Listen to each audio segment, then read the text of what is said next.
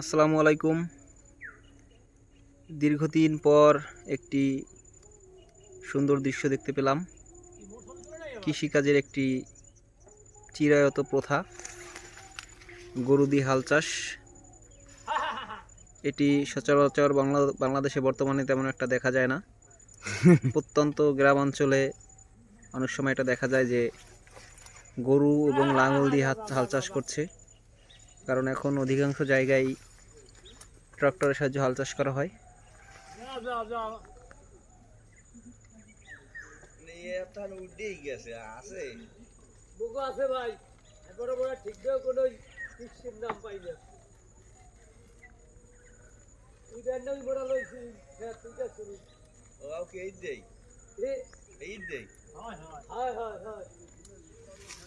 শুধু এইটুক না, ওই পাশে আরো হাল চাষ করা হয়েছে অনেকখানি জায়গা। ভালো গরু পাললে